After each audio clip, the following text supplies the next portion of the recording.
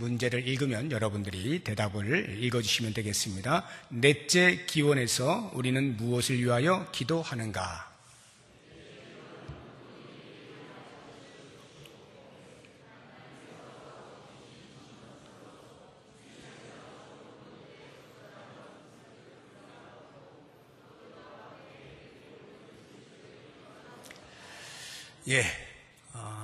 오늘 우리에게 일용할 양식을 주시옵고, 이 네 번째 기원이에요. 주기도문에 나와 있는 6가지의 기원 가운데 앞에 3가지는 하나님께 대하여, 뒤에 3가지는 우리 사람에 대하여 기원하는 것인데, 이 사람에 대하여 기원하는 것 가운데 첫 번째인 이 네 번째 기원이 오늘 우리에게 일용할 양식을 주시옵고라고 하는 것입니다. 거기 보시면은 답을 보시면은 하나님께서 값없이 주시는 선물인데, 이 세상에서 좋은 것들의 적절한 목, 이렇게 해놓고 제가 가로쳐서 충분한 또는 정당한, 또 다른 말로는 합당한, 이렇게도 쓸 수가 있는데요. 그 영어에 보면 competent portion이라고 하는 그것을 번역을 할 때 제가 한 가지 단어만 가지고 이 competent라고 하는 단어의 의미를 표현하기가 좀 어려워서 제가 여러 가지 가능한, 우리가 생각할 수 있는 그러한 것들을 여러 개를 이렇게 지금 번역을 제가 해놓은 거예요. 적절한 목 또는 충분한 목 또는 정당하거나 합당한 몫을 우리가 받고, 그 말은 우리가 받을 수 있도록 기도한다는 것이고, 그리고 그것들과 함께 하나님의 복을 누릴 수 있기를 위하여 기도하는 것이 이 넷째 기원의 의미다라고 하는 것입니다. 자, 그런 것을 이제 염두에 두시고 제가 5가지 우리가 이 기원 속에서 찾아볼 수 있는 의미들을 나누어 보았는데, 첫 번째, 우리의 이 육체라고 하는 것은 하나님께서 주신 것임을 알 필요가 있습니다. 그러니까 이 네 번째 기도를 하면서 하나님, 오늘 우리에게 일용할 양식을 주십시오 라고 기도할 때 이 육체도 하나님께서 주신 것이다 라고 하는 것을 잊지 말라라고 하는 말입니다. 왜 제가 이런 말씀을 드리느냐 하면, 기독교 역사에 있어서 때때로 분파들이 또는 이단들이 이 육체는 악한 것이다 라고 이야기들을 해온 것입니다. 그래서 영과 육에 대한 이원론적인 이야기들을 종종 해왔어요. 초대교회 당시에 아주 유명한 이 이원론적 교리를 가지고 있었던 분파가 영지주의입니다. 이 영지주의는 영은 선하고 육은 악하다라고 가르쳤습니다. 육이 악하다 보니까 어떤 현상이 일어나느냐 하면 이 악한 육을 억눌러야 되는 거예요. 자꾸 죄를 지으니까 이걸 억누르고 영만 살아날 수 있도록 한다. 그래서 육체를 억압하는 소위 금욕주의가 탄생하게 된 겁니다. 그런가 하면 이 금욕주의와는 정반대에 있는 또 이상한 현상이 하나 나타났는데, 그것은 육체가 악하니까 이 악한 육체는 어차피 영과 결별되어 있어서 아무리 악한 일을 하여도 이 선한 영에게 영향을 미치지 못한다. 그러니 아무렇게나 살아도 상관없다라고 가르치는 쾌락주의가 또 등장하게 되었어요. 그래서 이 육체를 놓고 영육의 선과 악을 구별하다 보니까 한쪽으로는 그 악한 육을 억압하는 금욕주의와 또 한쪽으로는 어차피 악한 거 영에게 영향을 못 미치니 아무렇게나 굴려도 상관없다라고 하는 쾌락주의가 등장을 하게 된 것입니다. 그런데 정작 우리의 육체를 만드신 하나님께서는 영과 육을 따로 구별하지 않으셨어요. 어떤 것이 더 우선하느냐라고 하는 것으로 만들지도 않으셨습니다. 이 영육은 동일하게 중요합니다. 그래서 이 육체의 열등을 아무래도 이 신령한 사람들이 영에 대해서 강조를 많이 하다 보니까 육체에 대하여 이 이 영에 비해서 좀 열등하다라고 하는 말들을 하고 싶은 거예요. 그래서 우리가 잘 알고 있는 성자라 불리우는 성 어거스틴 같은 사람도 일용할 양식을 우리에게 주옵시고 라고 할 때 이 일용할 양식을 하나님의 말씀에 대한 상징적 표현이다 이렇게 가르치기도 한 거예요. 그러니까 하나님께 이 악한 육체에 먹을 양식을 위해서 구한다는 것이 말이 안 된다라고 생각하는 거죠. 그래서 그렇게 상징적 표현이라고 가르칠 만큼 육체에 대해서는 경건한 사람들이 볼 때에는 좀 영에 비해서 열등한 것으로 이야기하곤 하게 되는 것입니다. 그러나 우리의 신령함을 가만히 생각해 보세요. 우리가 신령하다, 저 사람 참 신령해 라는 말을 할 때 그 사람의 육체가 없는데 그 말이 가능하겠습니까? 육체가 끝이 나면, 그러니까 죽고 나면 그 사람에 대하여 그 영이 신령하다 말다 할 필요가 없어요. 육체가 살아있을 때 그 사람이 영적으로 경건하게 살아가는 사람을 가리켜서 경건한 사람이라 신령한 사람의 말을 하는 거죠. 육체가 있을 때 그 말이 가능한 거예요. 그러니까 예를 들어서 예수님께서 산상수훈에서 너희가 무엇을 먹을까 무엇을 마실까 염려하지 말아라. 이것들은 다 이방인들이 구하는 것이다. 이렇게 말씀하실 때 그 염려하지 말라라고 하는 것이 그래서 일용할 양식에 대해서는 구할 필요가 없다라는 뜻은 아닌 것입니다. 우리 하나님께서 설마 당신의 자녀들이 이 피골이 상접한 백가죽과 등가죽이 붙어있는 상태로 하나님 앞에 나와서 경건한 예배를 드리는 것을 그리 기뻐하시겠습니까? 야, 너희들은 육체적으로 정말로 잘 절제하면서 영을 위해서만 사는구나. 이렇게 하실까요? 우리의 영육은 분리할 수가 없는 거예요. 함께 전인적으로 하나님의 경건을 추구하는 것입니다. 그런 면에서 이 육체는 하나님께로부터 온 것이다. 하나님이 주신 것이다. 그러므로 하나님이 주신 육체를 귀하게 여겨야 된다.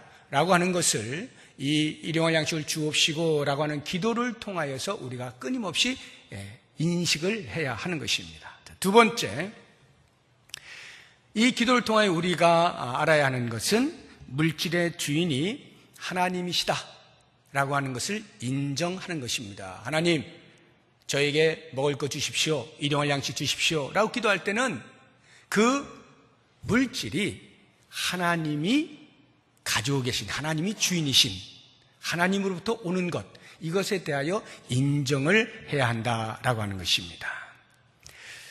이방인들도 구하고 세상 사람들도 먹을 것을 구합니다. 우리 성도들도 똑같이 먹을 것을 구해요. 일용할 양식. 그러나 차이가 뭐냐 하면 이방인들이 구하는 것은 먹을 것 자체입니다.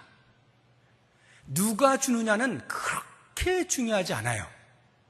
먹을 것 자체, 내가 구하는 것을 얻으면 그것이 누구로부터 왔느냐는 그다지 중요하지 않아요. 그러나 우리 성도는 다릅니다. 성도는 내가 구하는 그것이 중요한 게 아니라 그것이 누구로부터 왔느냐가 중요해요. 누구로부터 오는 것인가? 여호와 하나님으로부터 오는 것임에 대한 인식과 인정, 그 물질의 주인에 대한 인식이 매우 중요한 거예요. 어리석은 부자 비유가 그 누가복음 12장에 나오지 않습니까? 내가 이렇게 풍성하게 추수를 했으니까 이제 막 쌓아놓고 한평생 먹고 살아야지 할 때 하나님께서 야, 오늘 밤에 네 영혼을 내가 취하면 그게 누구 것이 되겠느냐? 물질의 주인이 누구이냐를 알게 해주는 비유의 말씀 아닙니까? 사람들이 자기가 가지고 있는 것이 자기 것이라고 생각하기 쉽지만 사실은 그 모든 것이 하나님의 것이고 우리는 그것을 임시로 일시적으로 위임받아서 그것을 관리하는 자로 살아가는 것이다 라고 하는 것입니다. 자, 그래서 이 물질에 대하여서 일용할 양식이 하나님으로부터 온다. 하나님이 그 물질의 주인이시다라고 하는 물질의 주인 되심을 정확히 인식하면 모든 부분에 있어서의 로드십이 흔들림이 없어요. 물질에 있어서 우리가 주님이 주인이십니다라고 고백할 수 있다면 다른 모든 부분에 대해서 주님의 로드십, 주 되심에 대하여 고백하는 것이 그리 어렵지가 않아요. 그만큼 이 물질은 그것이 주의 것입니다라고 고백하기가 쉽지가 않은 거예요. 여러분들 어떻습니까? 물질, 내 손에 있는 물질, 그것이 뭐 얼마냐가 중요한 게 아니라 내 안에 있는 것, 무엇이 되었든 그것이 주님의 것임을, 또는 주님께로부터 온 것임을, 또는 주님이 나에게 맡겨 놓으신 것임에 대한 분명한 인식이 있으십니까? 이러한 인식이 있다면 우리의 헌금 생활은 그렇게 어렵지가 않아요. 우리가 11조 생활을 한다거나 뭐 감사 헌금을 한다거나 뭐 성경 헌금을 한다거나 등등 여러 가지 목적을 가지고 헌금을 할 때 그 헌금 생활이 그렇게 부담스럽지가 않아요. 그런데 이 물질에 대한 로드십이 부족한 사람은 정말 어렵습니다. 왜냐하면 내 것에서 나간다라는 생각이 들기 때문에 이게 쉽지가 않은 거예요. 나의 씀씀이가 있는데 거기서 이만큼을 띄워놓으면 이게 쉽지 않은데 라는 생각을 할 수밖에 없어요. 이것은 현실적이에요. 그런데 물질 자체가 하나님이 주인이시다라고 하는 이 로드십이 분명하면 전혀 문제가 안 되는 거예요. 주를 위하여 사용하는 이 헌금 생활이 아무런 문제가 안 되는 거예요. 가난한 자를 보았을 때에 돕고자 하는 마음이 이 로드십이 있는 사람과 없는 사람은 천지차이입니다. 무엇인가 주를 위하여 사용하고자 할 때 이 로드십이 있는 자와 없는 자는 전혀 달라요. 그래서 로드십이 부족한데도 불구하고 체면 때문에 하고 있는 사람은 하고는 있는데 굉장히 마음이 불편하죠. 부담스럽고요. 그러나 이 로드십이 있는 사람은 물질을 주 앞에 주를 위하여 사용하는 것에 대하여 오히려 기뻐할 수가 있고 감사할 수가 있고요. 그랬을 때 하나님께서 비워진 나의 바구니를 어떻게 채우시는지를 그때부터 경험하게 되는 거예요. 근데 내가 계속 내가 물질의 주인인 것처럼 내가 관리하고 내가 이렇게 내 바구니를 내가 관리하면 하나님께서 부어주실 틈 바구니가 없는 거죠. 그러니까 하나님의 은혜를 별로 체험을 못해요. 자기 수준에서 먹고 살다가 인생을 끝내는 거죠. 굉장히 중요한 겁니다. 물질의 주인이 하나님이시다라고 하는 것을 일용할 양식을 주옵소서라고 하는 이 기도 속에서 우리가 꼭 인정을 해야 한다라고 하는 것입니다. 한번 여러분 생각해 보세요. 일용할 양식을 구한다라고 하는 것은 일용할 양식, 하루에 먹을 것을 구한다는 거잖아요. 그러면 그 다음날 어떻게 해야 돼요? 또 구해야 되겠죠. 하루 끝났잖아요. 또 구해요. 그러니까 이 말은 매일 먹을 것을 주세요라고 기도를 한다는 거예요. 마치 이것은 어린아이가 부모와 같이 생활을 하는데 아무리 어린아이더라도 쓸 일이 있잖아요. 뭐 장난감도 사고 뭐 불량식품도 사 먹고 이렇게 뭔가 쓸 일이 있잖아요. 그것을 우리는 용돈이라고 합니다. 부모가 용돈을 줄 때 물론 뭐 통 큰 부모님은 한 달치 주실 수도 있겠어요. 그러나 대부분은 그렇게 안 하시죠. 왜냐하면 한 달치를 관리할 능력을 아이에게서 발견할 수가 없기 때문에 하루하루 그때그때 주는 것입니다. 그러면 이 아이는 엄마 100원 또는 엄마 1000원 이렇게 말을 할 때 그때그때마다 할 때 그 돈이 어디로부터 와요? 엄마로부터 오는 것임을 인식하는 것입니다. 이 물질의 주인은 엄마구나 아빠구나 라고 하는 것을 알게 되는 것이죠. 그런 것처럼 우리가 일용할 양식을 날마다 주 앞에 기도할 때 우리는 하나님이 나의 아버지 되심에 대한 그 존재감을 경험하고 인식하게 되는 것입니다. 그래서 아굴의 잠언을 보시게 되면 아주 좋은 그 기도문이 나오죠. 우리 같이 한번 볼까요? 잠언 30장 7절에서 9절까지 말씀인데요. 같이 읽어봅니다. 내가 두 가지 일을 주께 구하였사오니 내가 죽기 전에 내게 거절하지 마시옵소서.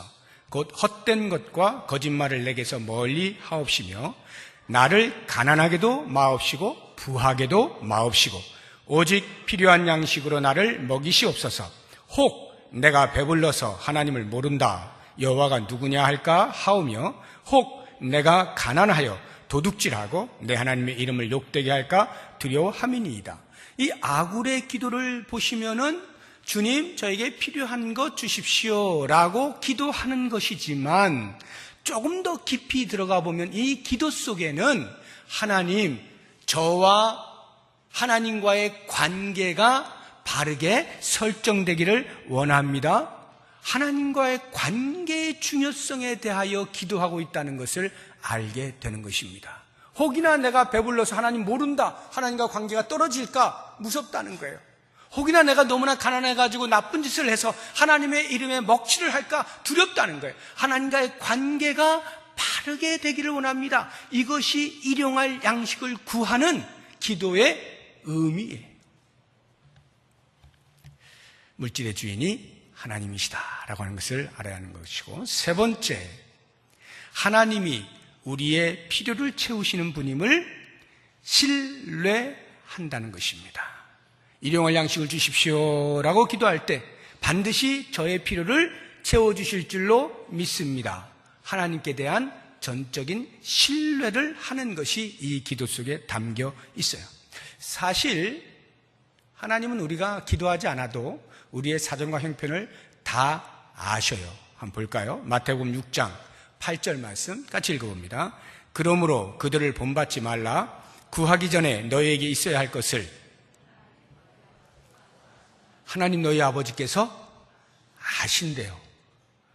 그러니까 굳이 하나님 저 지금 배고파요, 하나님 저 지금 뭐가 없어요, 하나님 저 뭐가 필요해요, 굳이 안 해도 하나님이 다 알고 계시는 거예요. 그런데도 불구하고 왜 우리에게 일용할 양식을 주옵시고라고 하는 기도를 예수님이 가르쳐주고 계시는가?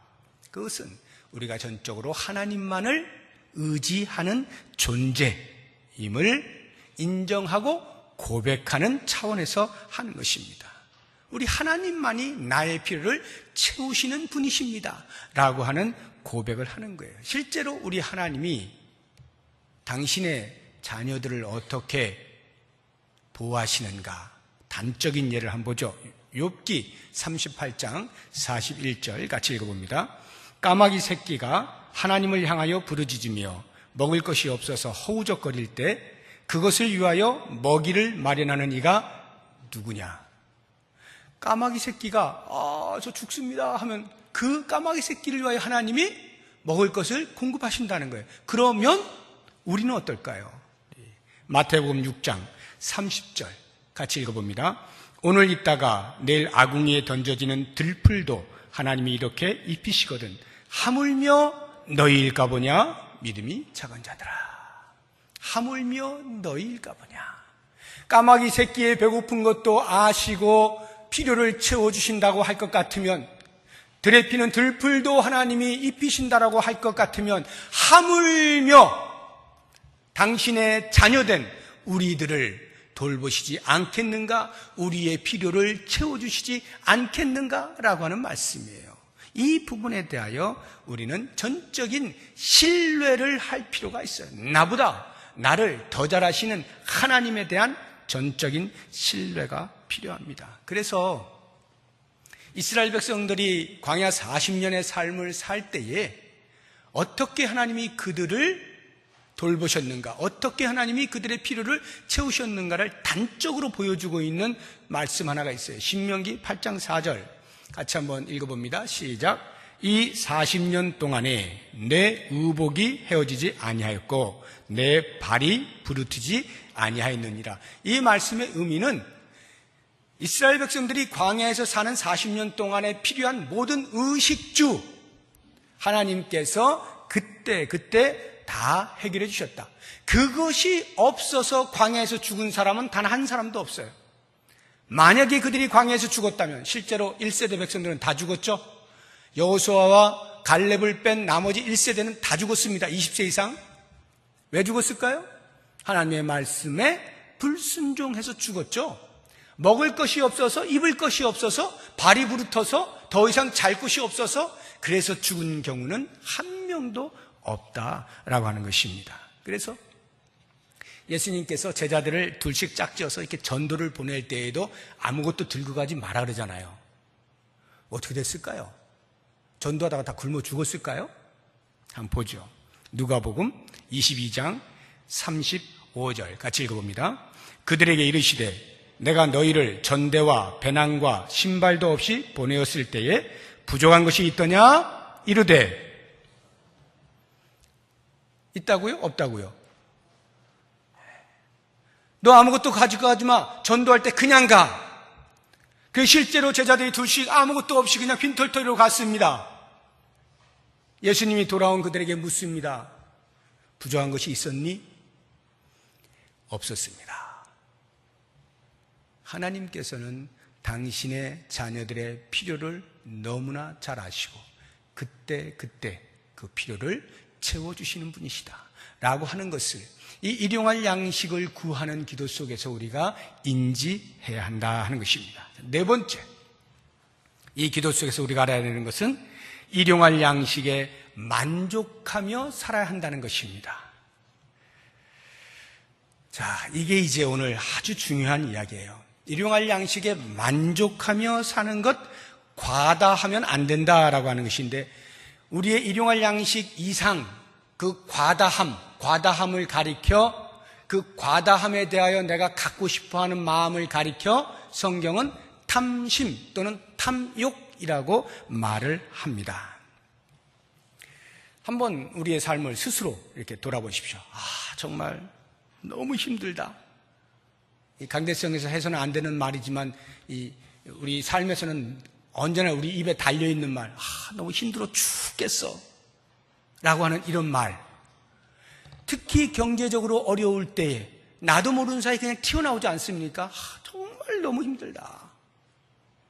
이럴 때 그 힘들어하는 것이 상당 부분은 일용할 양식이 없어서가 아니라 내 탐욕의 수준에 미치지 못하는 것에 대한 안타까움의 발로로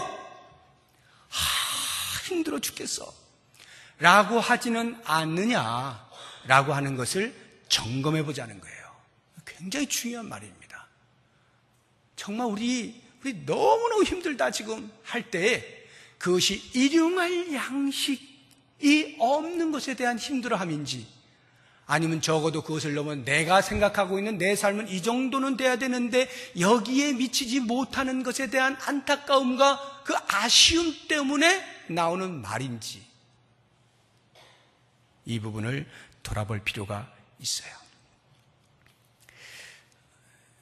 이스라엘 백성들이 광야에서 살 때 하나님께서 매일 아침에 만나를 거두어서 일용할 양식을 해결해 주시죠. 이 일용할 양식을 해결해 주실 때 그 방법을 우리가 다시 한번 말씀을 보죠. 출애굽기 16장 16절에서 20절까지인데 같이 읽어봅니다. 여호와께서 이같이 명령하시기를 너희 각 사람은 먹을 만큼만 이것을 거둘지니 곧 너희 사람 수요대로 한 사람의 한 오멜씩 거두되 각 사람이 그의 장막에 있는 자들을 위하여 거둘지니라 하셨느니라. 이스라엘 자손이 그같이 하였더니 그 거둔 것이 많기도 하고 적기도 하나 오멜로 되어본즉 많이 거둔 자도 남음이 없고 적게 거둔 자도 부족함이 없이 각 사람은 먹을 만큼만 거두었더라. 모세가 그들에게 이르기를 아무든지 아침까지 그것을 남겨두지 말라 하였으나 그들이 모세에게 순종하지 아니하고 더러는 아침까지 두었더니 벌레가 생기고 냄새가 난지라. 모세가 그들에게 노하니라. 하나님께서 일용할 양식의 분량을 각 사람에게 주셨어요. 만나를 통해서.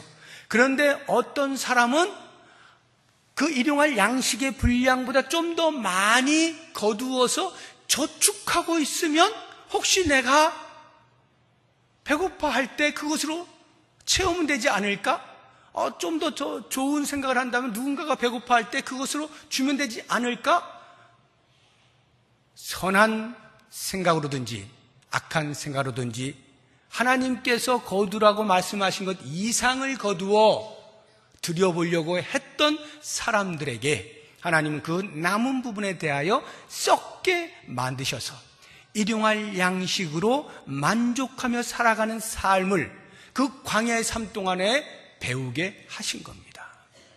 우리의 인생은 이렇게 만나 하나를 가지고 하루의 양식을 삼을 만큼 지극히 가난한 삶을 사는 와중에도 우리는 그것보다 조금 더 갖고자 하는 탐욕스러움이 있다는 것을 알게 되는 것입니다. 그래서 사도 바울은 우리에게 자족하는 마음에 대하여 이렇게 표현을 하고 있는 것입니다. 디모데전서 6장 6절에서 8절까지 말씀 같이 읽어봅니다. 그러나 자족하는 마음이 있으면 경건은 큰 이익이 되느니라. 우리가 세상에 아무것도 가지고 온 것이 없음에 또한 아무것도 가지고 가지 못하리니 우리가 먹을 것과 입을 것이 있은즉 족한 줄로 알 것이니라. 자족하는 마음이 경건에 왜 유익이 된다고 생각하십니까? 자족이라고 하는 일용할 양식에 만족하는 이상의 생각을 탐욕이라고 했습니다. 탐욕을 품는 순간에 하나님을 향한 경건에 해가 되어져 간다라고 하는 것입니다. 놀라운 일이죠. 탐심이 생기는 순간에 우리의 경건이 좀먹게 되는 것입니다.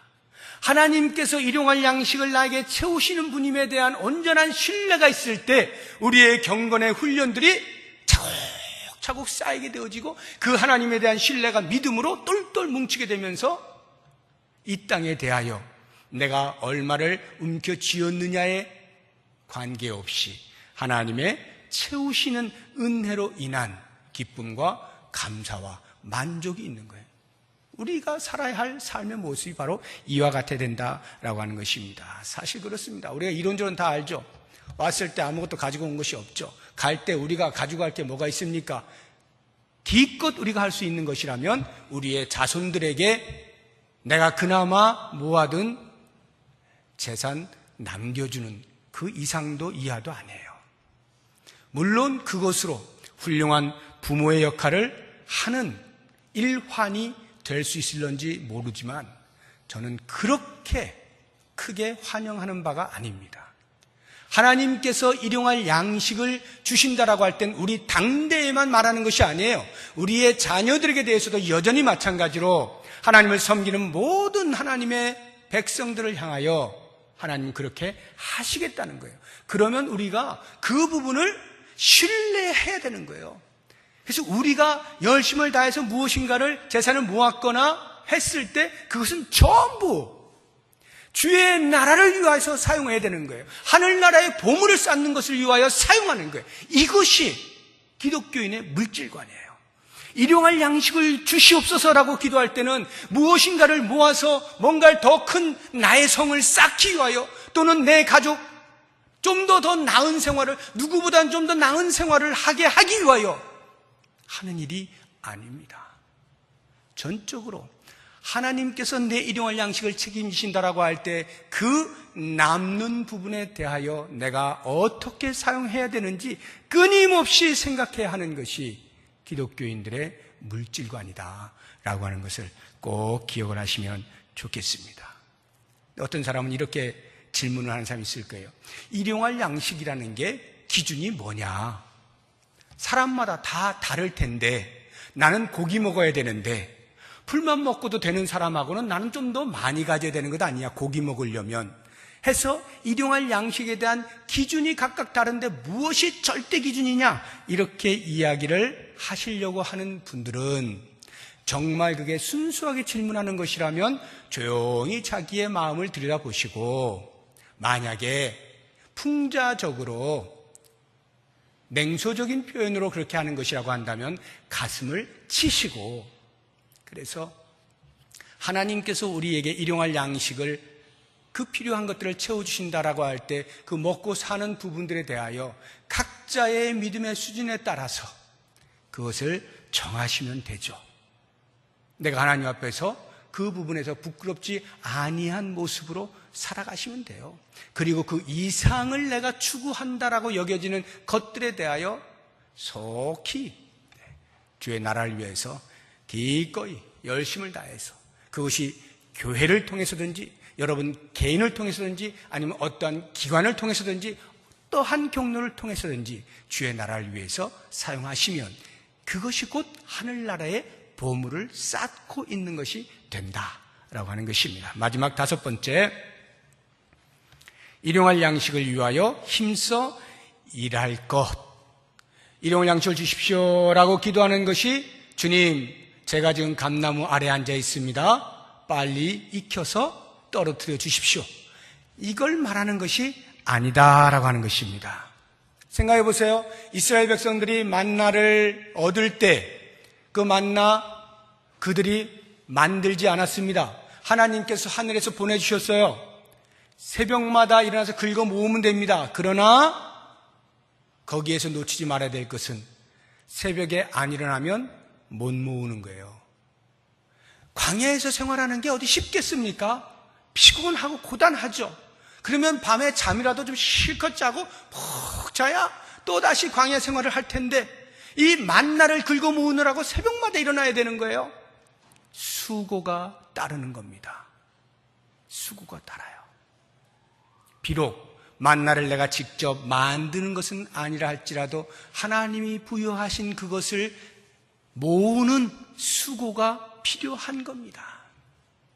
우리가 이 땅에서 하나님 주시는 일용할 양식이라고 할 때, 하나님은 너 양반 다리 딱 틀고 앉아있으면 입만 벌려라, 내가 먹여주마, 이런 의미가 아니죠. 우리의 수고를 요청하시는 것입니다. 그런가 하면 마지막으로 한 가지만 더 우리가 생각할 것, 그런 나의 일용할 양식을 위하여 내가 수고하는 것, 이것에 대해서는 굳이 사람들이 반박을 하지는 않을 것입니다. 당연히 그렇게 해야지라는 생각을 하는데요, 거기서 한 걸음만 더 나아가서 오늘 우리에게 일용할 양식을 주시옵고라고 기도할 때 나에게가 아니라 우리에게라고 하는 이 부분에 대한 생각을 좀 할 필요가 있습니다. 우리에게 일용할 양식을 달라는 말은 혹시라도 내 주변에 일용할 양식이 부족하여 눈물을 흘리는 자가 있지는 아니한가에 대하여 그들을 위해서도 기도하라는 것입니다. 그 말의 의미는 기도로 끝나는 것이 아니고 그들에 대하여 내가 할 수 있는 일이 무엇인지를 살펴 그 가난한 자들에게 구제의 손길을 펼치는 선한 일을 하는 것이 이 일용할 양식을 위하여 기도하는 안에 포함이 되어 있다라고 하는 것입니다. 마지막 성경 구절 에베소서 4장 28절 같이 읽어봅니다. 도둑질하는 자는 다시 도둑질하지 말고 돌이켜 가난한 자에게 구제할 수 있도록 자기 손으로 수고하여 선한 일을 하라. 가난한 자에게 구제할 수 있도록 자기 손으로 부지런히 무엇인가를 하여서 선한 일을 해라. 가난한 자를 구제하는 것이 선한 일이란 말이에요. 그것을 나의 손을 움직여서 하라는 것이죠.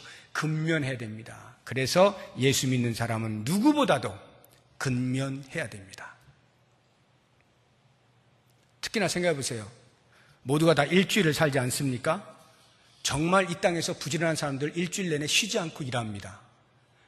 우리 성도들은요, 주일을 쉬어야 되죠? 하나님께 예배하기 위해서도 쉬어야 되는 것이고 선한 일을 위해서 쉬어야 되는 거고 쉼을 위해서도 쉬어야 되는 겁니다. 주일을 쉬어요. 하루를 쉬어요. 그냥 산술적으로 보면 일주일 내내 열심을 내는 사람에 도저히 따라갈 수가 없어요. 그런데 하나님께서는 말씀하시는 거죠. 우리에게. 그러니 넌 6일 동안 열심히 일을 하거라. 새벽에 일어나서 차를 타고 이렇게 밖에 나가보면 우리나라 사람이 얼마나 근면한지를 금방 알 수 있어요. 새벽임에도 불구하고 차가 굉장히 많습니다. 물론 그 가운데는 간혹 놀다가 새벽에 들어가는 사람들도 있을 것이고 별로 안 좋은 일 하다가 들어가는 사람도 있겠죠. 그러나 제가 보기에 그것은 소수에 불과하고 대부분의 사람들은 부지런히 일하는 겁니다. 먹고 사는 일을 위하여 근면하게 일을 하는 거거든요. 우리나라 사람들은 하나님께서 주신 그 보편적 은사가 있어요. 보통 근면해요. 물론 개 중에 게으른 사람들도 있습니다만 보통은 근면합니다. 그래서 우리나라가 이렇게 빠른 속도로 경제 성장을 이룩했는지는 모르겠어요. 그러나 우리 성도들은 그보다 더 근면해야 됩니다. 왜냐하면 제가 남들 일주일 하는데 우린 6일 동안 일하기 때문에 라고 말씀을 드렸습니다만 그건 대단히 부수적인 이야기고 정말은 그렇게 부지런히 일을 해서 내 주위에 연약한 자들, 가난한 자들에게 베풀 것이 있도록 하기 위하여 손을 부지런히 움직여야 된다라고 하는 것입니다. 오늘 우리가 5가지 일용할 양식을 주십시오라고 하는 기도 속에 담겨있는 의미들을 살펴보았는데 잘 기억하시면서 우리가 이러한 기도를 할 때마다 이런 의미들에 대해서 깊이 각인하시고 이 기도로 인하여서 우리의 신앙이 더 성숙해질 수 있기를 바랍니다. 기도하겠습니다.